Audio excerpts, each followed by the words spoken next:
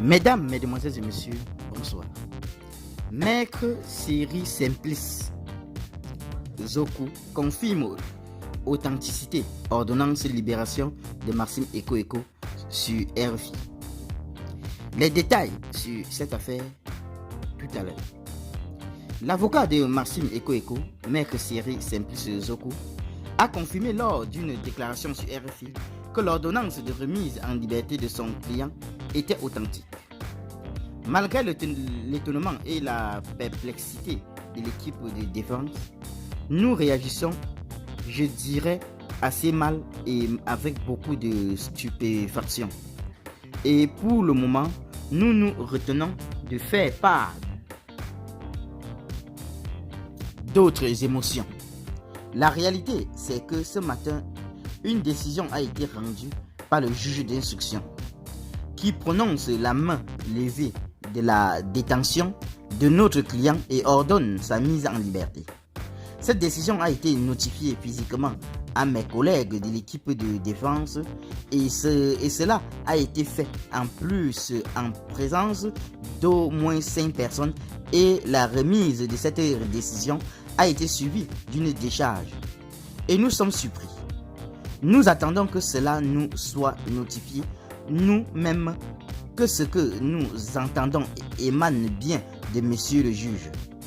Jusqu'à présent, nous refusons d'y croire. Ce serait la première fois dans ma carrière de voir une telle situation. Nous espérons que cela ne se peut pour l'honneur de la justice en général et pour l'honneur de la justice camerounaise, a déclaré Maître Siri Simplice Zoku. Cette annonce a été faite suite à une décision du juge d'instruction ordonnant la libération de Maxime Eko Eko. Maître Siri Simplice Zoku a souligné que cette notification a été reçue physiquement en présence de plusieurs personnes, mais l'équipe de défense attend toujours une confirmation directe de la part du juge. Jusqu'à présent, nous refusons d'y croire. Ce serait la première fois dans ma carrière de voir une telle situation.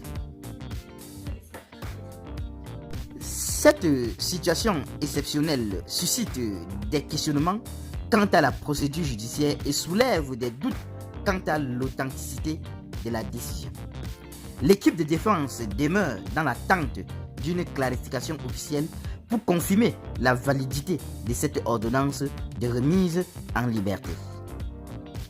Un internaute affirme: c'est désolant de savoir que ceux-là qui prévalent maîtriser le droit ignorent la conformité d'une chose aussi basique comme l'ordonnance de libération d'un prisonnier, car ces documents véhiculés sont truffés d'éléments anormaux.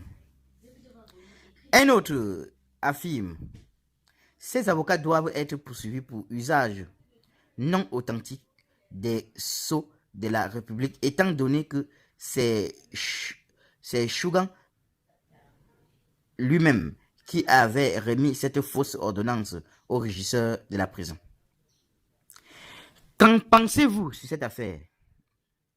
Donnez vos avis en commentaire, sans hésiter de vous abonner à la chaîne, tout en activant la cloche de notification pour ne plus rien rater de nos prochaines vidéos. À très bientôt.